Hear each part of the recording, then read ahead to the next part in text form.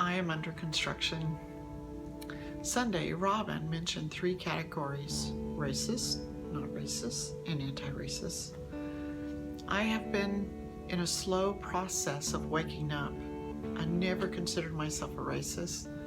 I would feel hurt and even cry over injustices that I saw happening, but that's just it.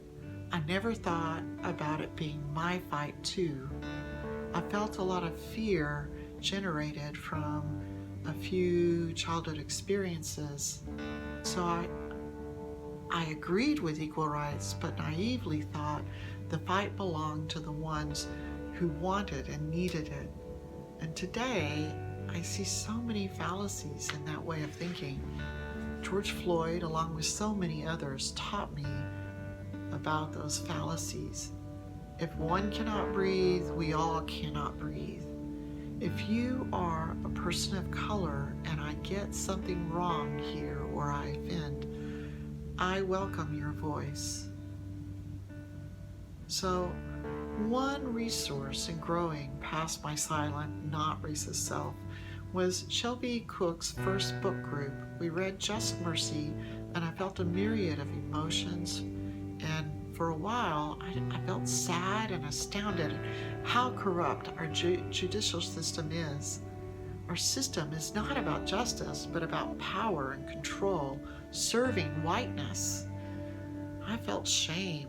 I began to research Bryan Stevenson's work, and I stumbled on the beginnings of the Equal Justice Initiative and found firsthand stories of lynching and families who were split apart because father, brother, uncles, someone had to flee because they were being targeted for lynching. I felt shame at the legacy of lynching.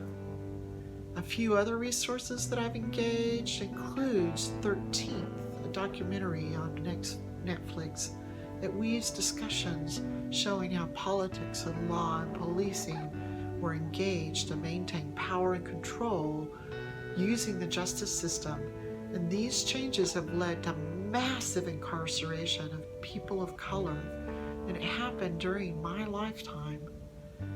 I also recommend the Equal Justice Initiative website as a part of understanding the system. I see and feel shame at all of this.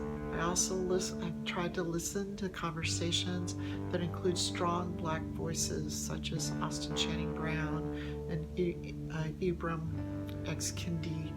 I'm grateful for Brene Brown's podcast, Unlocking Us. Finally, another resource that helped me was doing an internet search, mapping police violence. You'll find a website that is astounding.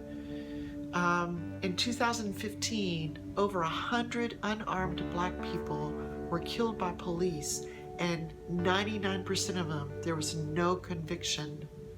There was no conviction. That's a shame. Now, why do I feel shame? The shame is not the toxic kind. The shame is the shame that tells me my limits and helps me to be right-sized. And in a society just drenched in white supremacist ideals, it is a good and healthy thing for me to feel shame. It keeps me bounded and humbled. It helps me to want to hear other voices. It helps me in learning how to hold space for those other voices. And it tells me that I always need to be learning. I understand that in my life, there weren't just 3 categories. I thought I was not a racist, but within the system, meanings were not clear and hidden, and white supremacy was in the background undermining how I understood things within the system.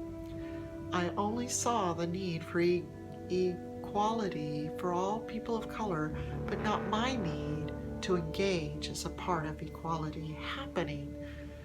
If one cannot breathe, we all cannot breathe. So pardon my mess. I am an anti-racist under construction with a commitment to hear and embrace other voices as well as engage in anti-racism. And as Brene Brown says, I'm not here to be right. I'm here to get it right. Thank you for your generosity in holding space for my voice with you.